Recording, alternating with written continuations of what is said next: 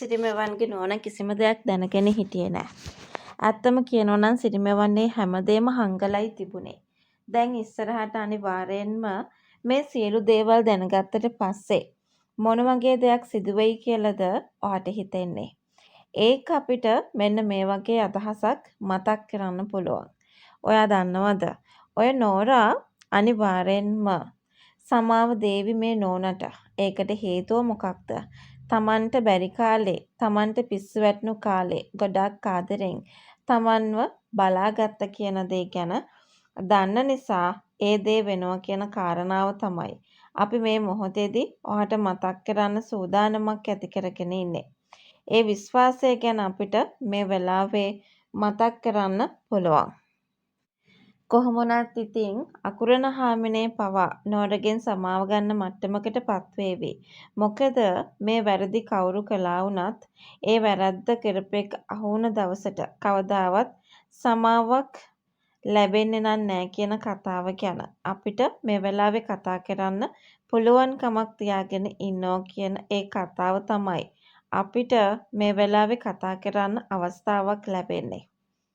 ඉතින් මේ ගැන සම්පූර්ණයෙන්ම මතක් කරන්න අපි බැඳිලා ඉන්නවා කියන කතාව තමයි අපිට මේ වෙලාවේ ඔයාට මතක් කරන්න පුළුවන්කමක් තියාගෙන ඉන්නේ. තව දෙයක් මම ඔයාට සිහිපත් කළ යුතුමයි. ඒක විශේෂයෙන් අපිට කතා කරන්න අවස්ථාවක් දීලා තියෙනවා කියන කතාව ගැන මම ඔයාට කියන්න ඕනේ. විශේෂයෙන්ම ඔය නෝරගෙන් සමාව ගන්න මේ අකුරණ හාමිනේ වගේම එතකොට සිරිමෙවන්ගේ නෝනා මේ කට්ටිය කිසි දෙයක් දැනගෙන හිටියේ නැහැ. ඇත්තම කියනවා නම් දැනගෙන හිටියා නම් මේ කට්ටියම පොලිසියට ගිහිල්ලා මේ කට්ටිය අල්ලලා දෙන ස්වභාවයක් තමයි තියෙන්නේ. ඉතින් සිරිමෙවන් කරපු දෙයටවත් එතකොට අනිත් අය කරපු දෙයටවත් කවුරුත් වග කියන්න ඕනේ නැහැ කියන කතාව තමයි අපි මේ වෙලාවේ කතා කරගන්න අවශ්‍යතාවයක් තියාගෙන ඉන්නේ කියන කතාව. මම මේ වෙලාවේ ඔයාලට මතක් කරනවා.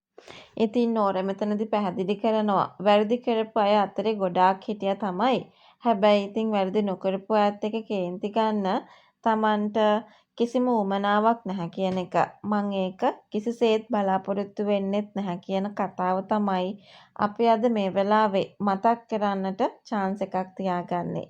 ඒ විශ්වාසය අපිට හොඳින්ම තියාගන්න පුළුවන්කම තියෙනවා. ඉතින් කොහොම වුණත් නෝර දැන් ටිකක් ඈතින් ඉන්න ඕනි කියන එක අනිවාර්යයෙන්ම මසුදාගේ තීරණය. මොකද නෝරට තවත් කරදර වෙන්න පුළුවන් කියන කතාව ගැන අපිට මේ වෙලාවේ කතා කරන්නට අවස්ථාවක් ලැබේවි කියන කාරණය තමයි අපි අද වීඩියෝ එක හරහා මතක් කරන්න පුළුවන්කම තියාගෙන ඉන්නේ.